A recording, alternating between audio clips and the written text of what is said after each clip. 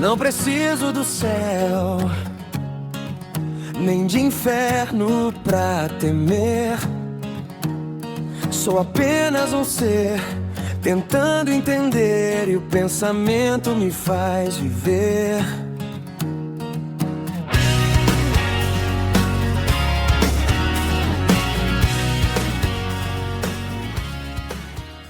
Sabe aquela sensação de abrir um aplicativo recém-instalado? Tipo, com a interface limpa e tudo funcionando perfeitamente? Os botões respondendo na mesma hora? A gente meio que se acostuma com essa fluidez, né? A gente cria essa expectativa. Existe uma utopia do design moderno, tipo uma ilusão de que as arquiteturas que guiam o nosso comportamento são sistemas fechados, coerentes e totalmente livres de erros. Exatamente. Só que a realidade de quem trabalha nos bastidores, especialmente com programação, é drasticamente diferente, né? Quem analisa o código-fonte de sistemas bancários antigos, nossa, não encontra nada limpo. O que existe ali é um caos. Com certeza. São camadas e mais camadas de linhas antigas. Aqueles remendos provisórios que viraram definitivos, sabe? Gambiarras feitas por dezenas de desenvolvedores ao longo de décadas. E para a máquina não travar, a tela azul não aparecer, todo mundo simplesmente entra num acordo silencioso de fingir que esse caos faz sentido. E é exatamente com essa mentalidade de engenharia reversa que a nossa análise de hoje vai começar. Uma abordagem muito interessante. A gente vai aplicar essa exata lógica de um código legado a um dos pilares mais antigos da civilização. É uma mudança de perspectiva radical. E muito brilhante, diga-se de passagem. O que a gente vai destrinchar hoje é a premissa de um ensaio chamado A Fábrica de Absurdos, o bug do sistema sagrado. E a mente por trás dessa tese é o Jorge Guerra Pires. Sim, ele traz uma bagagem muito peculiar para a análise de textos, digamos, sagrados. A formação dele é de PhD em bioinformática. Ele teve uma carreira acadêmica passando por lugares como a Universidade de L'Aquila, na Itália, a USP, a Fiocruz. Ou seja, não é qualquer um, né? É alguém treinado para modelar dados complexos. Alguém que olha para a biologia, a matemática e a programação e consegue encontrar padrões lógicos. Exato. E ele fez um movimento muito curioso na carreira. Ele pegou toda essa estrutura rigorosa do pensamento científico, deixou a academia tradicional de lado e passou a atuar como pesquisador e escritor independente. E o resultado disso é um material multimídia impressionante, cara. Toda a nossa exploração de hoje tem como base as ideias que ele organizou no livro De Bíblia, A Fábrica de Absurdos. E não é só o livro, né? Tem também os ensaios aprofundados no Medium dele, além de um projeto muito inusitado, que é um álbum musical conceitual gerado por inteligência artificial, o Suno-AI. Nossa, sim. O projeto da banda digital chamada Aborto Vicário.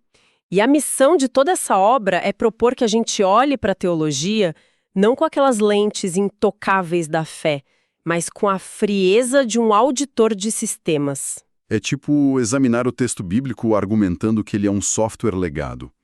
Um sistema extremamente complexo, cheio de falhas narrativas, aquelas atualizações contraditórias e muitos erros críticos de lógica. É um exercício mental de ler a história da religião como se fosse um manual de programação que passou na mão de muito desenvolvedor confuso, sabe? E antes da gente mergulhar nesses códigos, tem uma dica prática para quem ouve a gente. Ah, sim. Sobre os formatos dos materiais? Isso. Para quem gosta de consumir conteúdos mais densos, os livros do Jorge estão bem acessíveis, o próprio de Bíblia e o lançamento recente dele, O Paradoxo de Einstein, Ciência, Ética e o Deus Cósmico. Que inclusive dá para encontrar na Amazon, né? Tanto a versão impressa quanto para o Kindle. Mas a verdadeira revolução de produtividade que ele mesmo incentiva é o uso de audiolivros. Nossa, audiolivro salva muito tempo. Demais. Os títulos estão disponíveis no Google Play.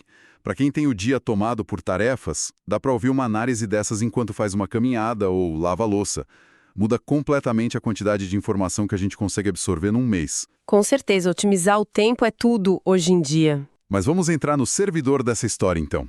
A primeira grande sacada dessa análise é tratar a figura central da narrativa, o Messias, não como um personagem pronto, né? Exatamente. Se a Bíblia foi editada por múltiplos programadores ao longo dos séculos, a lógica dita que existiram versões preliminares de Jesus, o que o ensaio classifica como a versão beta. a famosa versão de teste. E o álbum de inteligência artificial ilustra isso de uma forma muito irônica com a faixa Jesus Pimentinha. O autor foi buscar a documentação original disso nos evangelhos apócrifos da infância. Tipo o Evangelho de Tomé, por exemplo. E o código que roda nesses textos antigos é assustador, para ser bem franco. Não existe aquela interface de paz e amor ali. É bizarro. É uma versão operando com acesso total de administrador, mas sem nenhum filtro de segurança. Nessas histórias, Jesus é uma criança que molda passarinhos de barro, assopra e eles saem voando. É a demonstração pura de um processamento de milagres de alto desempenho. Mas o problema é quando algo dá errado no ambiente ao redor dele. Se outra criança esbarra nele, ele não oferece perdão de jeito nenhum. Não, ele simplesmente aciona um comando fatal. Ele trava as crianças que o irritam, tipo, derrubando os oponentes de forma letal mesmo. Precisamente. E o que chama a atenção na análise do autor é como o sistema lida com esse erro. Depois de cometer um ato impulsivo assim e tomar uma bronca de José, o menino precisa executar um rollback. Rollback, para quem não é da área de banco de dados, é aquele comando que reverte o sistema para o estado anterior a uma transação que deu problema, né? Isso. Ele desfaz a morte da criança e a ressuscita. Mas o ponto central do Jorge aqui é que esse comportamento demonstra um código muito instável. É um programa perigoso operando por tentativa e erro. Lendo isso no ensaio, a imagem que veio na minha cabeça foi a da indústria de videogames modernos. Sabe quando um estúdio lança um jogo em Early Access? Ah, o acesso antecipado, sim, sim. Pois é. Eles liberam o jogo para o público, mas está cheio de falha. O personagem principal já tem todos os poderes, mas ele atravessa a parede, o cenário some, as regras físicas quebram a todo momento. E a promessa da empresa é sempre que eles vão consertar aos poucos por meio de atualizações. Exato. Esse Jesus dos apócrifos é tipo o Messias em Early Access. Ele foi lançado ali para a comunidade demonstrando o poder absoluto, mas com a moralidade totalmente corrompida. A diferença é que no mundo dos games a empresa avisa que o produto está inacabado, né? Na construção teológica, esses bugs precisaram ser ativamente escondidos ou reescritos pela tradição oficial. Para o produto parecer perfeito para o usuário final. E é aí que entram os evangelhos canônicos, que são os oficiais que a gente conhece.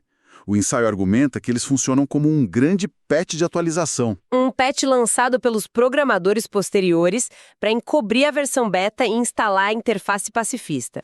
Mas software antigo tem um problema crônico.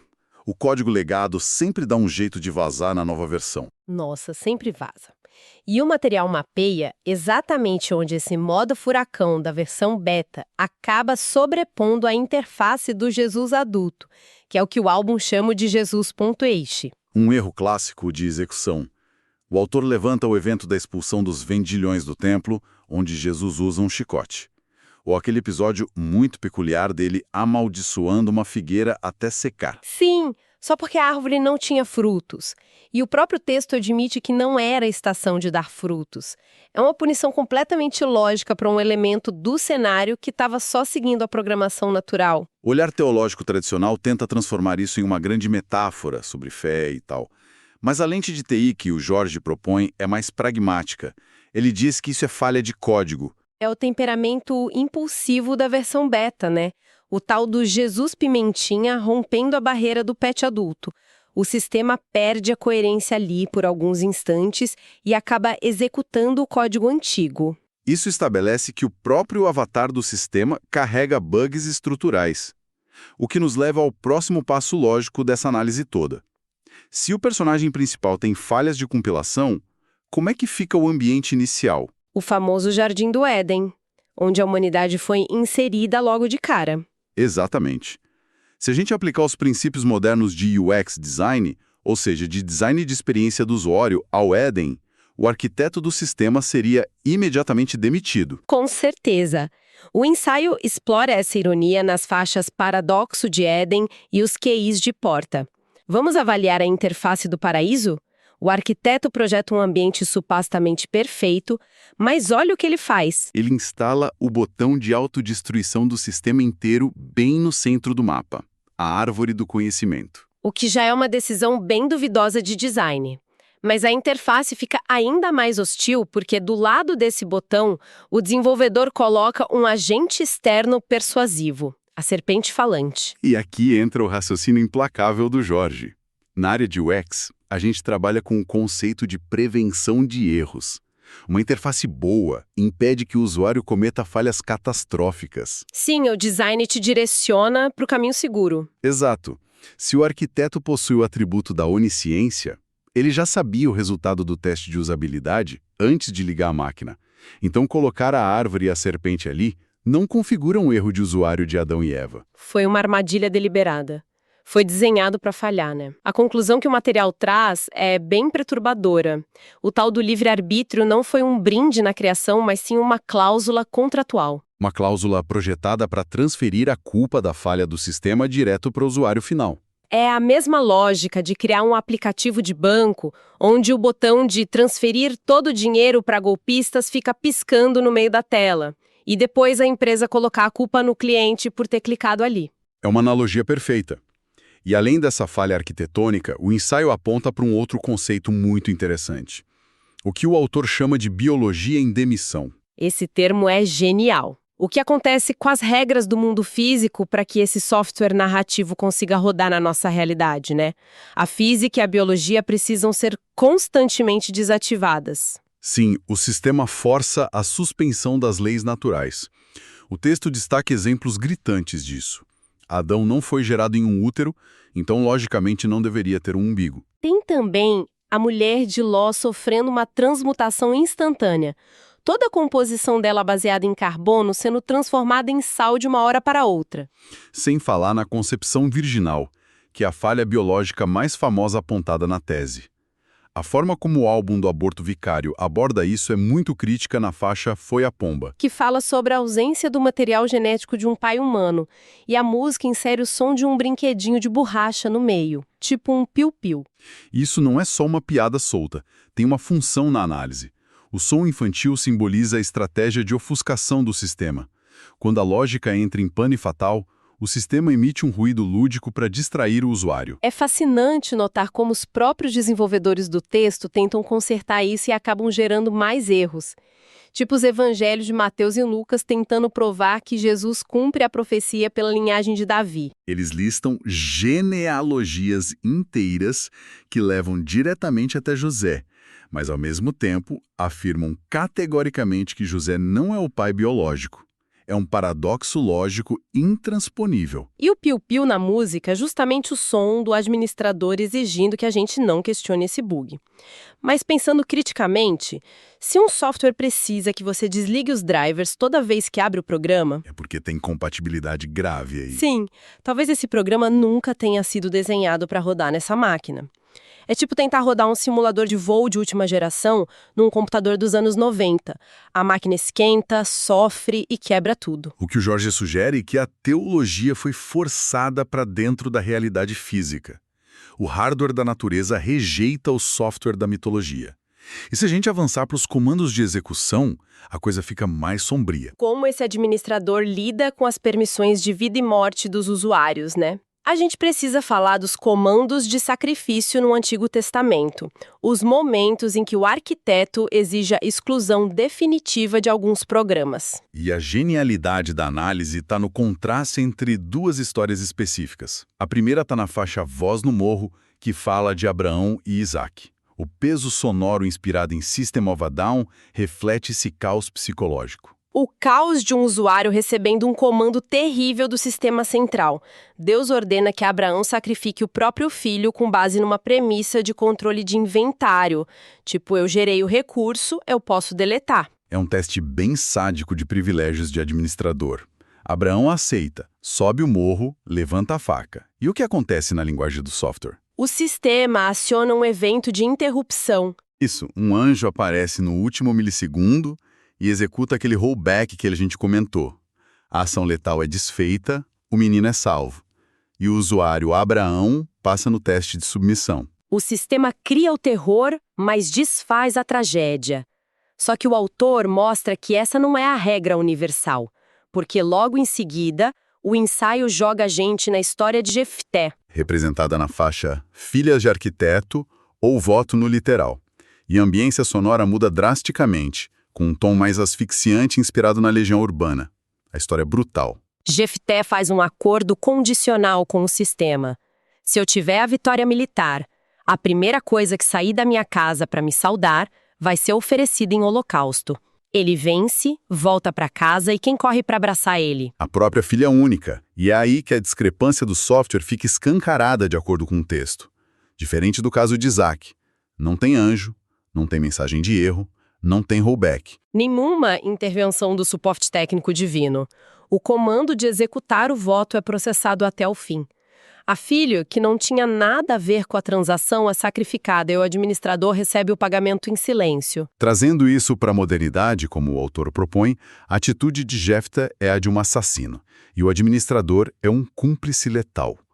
A provocação central é porque o sistema envia um patch de salvação para o patriarca. Mas deixa a filha anônima rodar até a destruição, né? Ler essas narrativas e aceitar elas passivamente como lições de moral é o sintoma supremo de que fomos condicionados a aceitar uma arquitetura de opressão. A gente meio que normalizou os bugs fatais. E a pergunta inevitável que surge no ensaio é como um usuário preso num servidor tão arbitrário consegue sobreviver. A resposta que o Jorge encontra é surpreendente. Hacking linguístico. Alguns usuários descobrem como hackear o sistema por dentro. Eles acham falhas lógicas na matriz e forçam o administrador a entregar o que eles querem. E o caso perfeito disso é a mulher cananeia. Sem dúvida. Fica muito claro nas faixas Au Au e Nhaque Nhaque. A mecânica dessa história é um tutorial de invasão de sistemas. Ela pede para Jesus curar a filha dela, mas as permissões, na época, eram só para israelitas. Ela tenta o acesso e o firewall bloqueia a conexão com uma ofensa bem pesada. Ele diz que não é certo tirar o pão dos filhos e jogar aos cachorrinhos. Ele usa uma variável de exclusão humilhante. Você não é filho, você é cachorro. Acesso negado. O instinto normal seria atacar o sistema, iniciar uma briga frontal. Mas a inteligência dela supera o algoritmo rígido. Ela cria um bypass. Ela incorpora a ofensa, ela responde, o sistema me classificou como cachorro, parâmetro aceito. Mas na subrotina alimentar do sistema, os cachorros têm direito às migalhas que caem da mesa dos donos. Ela acha um furo gigantesco na programação, usa a própria premissa de exclusão para fabricar uma exceção inegável. E a lógica é tão hermética que o sistema trava positivamente. Jesus é forçado a reconhecer a falha lógica dele e liberar o acesso ao milagre. É uma vitória da retórica sobre dogma. E usar a ilusão do sistema a seu favor leva a gente para a conexão filosófica do ensaio com a Matrix. Sim, o autor cita o filósofo Jean Baudrillard e o conceito de simulacros e simulação, que inclusive é o livro que o elenco de Matrix teve que ler antes de gravar o filme. Para o pessoal que não tem familiaridade, o simulacro descreve uma cópia que não tem mais um original. A representação vira mais real do que a própria realidade, até que a verdade simplesmente evapora. E a tese aponta que a tradição religiosa é uma máquina de simulacros. O ensaio dá o exemplo na faixa Paulo caiu do cavalo. A imagem mental coletiva da conversão do apóstolo Paulo é ele caindo de um cavalo. Mas quando você vai auditar o texto-fonte da Bíblia, cara, não tem nenhuma menção a cavalo ali. Nenhuma. O cavalo é uma expansão visual criada séculos depois pelos pintores para deixar a cena épica. A tradição precisava preencher uma lacuna e inventou um mod. Hoje, o cavalo inventado é muito mais conhecido do que o texto original. O simulacro engoliu o evento histórico completamente. A gente instalou tanta extensão gráfica que perdemos o contato com o código-fonte. E o perigo de viver num simulacro moral é exposto quando Jorge analisa a figura do outsider na parábola do bom samaritano. Esse ponto aterra a teoria no nosso comportamento real, e ele usa dados empíricos como o famoso experimento de Darley e Batson, feito em 1973 no Seminário Teológico de Princeton. Esse teste é fantástico. Eles mandaram estudantes de teologia se deslocarem de um prédio para outro para gravar uma palestra, e o tema era justamente o bom samaritano. No meio do caminho, os pesquisadores colocaram um ator caído no chão, gemendo de dor. Metade dos estudantes achava que estava super atrasada, a outra metade tinha tempo sobrando. O resultado foi um desastre para o prestígio da educação religiosa. Os seminaristas apressados simplesmente ignoraram ou até pularam por cima da vítima. indo discursar sobre como é importante ajudar os caídos. O conhecimento profundo da teologia não ativou a compaixão na prática, o que comprova a tese do autor de que a empatia e a moralidade genuína são o hardware básico, já vem de fábrica no cérebro. A religião organizada tenta sequestrar essa empatia e vende de volta como um conteúdo extra, um DLC exclusivo deles. Mas no momento de estresse, o DLC falha. O Outsider original foi o único que rodou o script de ajuda certo. Isso mostra que os guardiões do sistema não se importam com a coerência da máquina, mas com o poder. É o que o texto chama de hermenêutica da conveniência. O administrador escolhe qual pedaço do código ativar. Conforme a agenda política, né? Se é útil oprimir, eles ativam o modo furacão bélico. Se são cobrados pelos erros, ativam o patch pacifista e exigem perdão. Filtram os bugs para usar como armas de conveniência. Resumindo toda a obra do Jorge Guerra Pires, a conclusão é que estamos gerenciando a moralidade do século XXI rodando um software da Idade do Bronze, um código legado que exige que o senso crítico fique no mudo. E a gente passou milênios governados por esses sistemas, aceitando falhas de design e rollbacks como verdade absoluta. Mas o ensaio deixa uma provocação final sobre o futuro que já está na nossa porta, não é? Sim, uma mudança de paradigma enorme. Pela primeira vez, os humanos não vão ser os únicos autores do código social.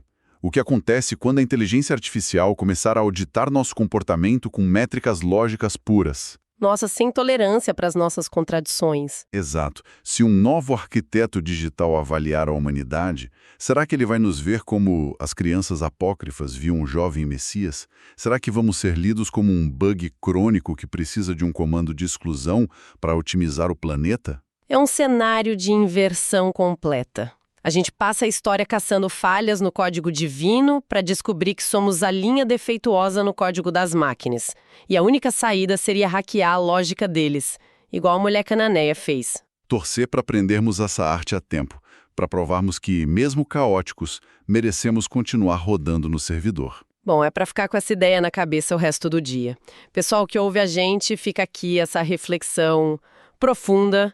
Fiquem de olho nas atualizações do sistema por aí. Um abraço e até a próxima exploração.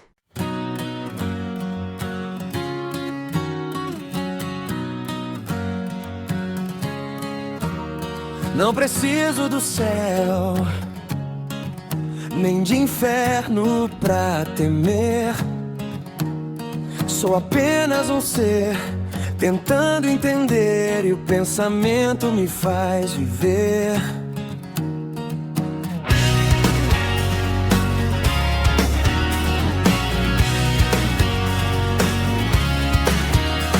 Não preciso do céu, nem de inferno pra temer. Quero apenas ser, tentando aprender, a liberdade me faz viver. Estou tão cansado de culpas, de pecados que não são meus. Eu sei, mas o que posso fazer? Preciso de espaço pra ser, me deixe viver.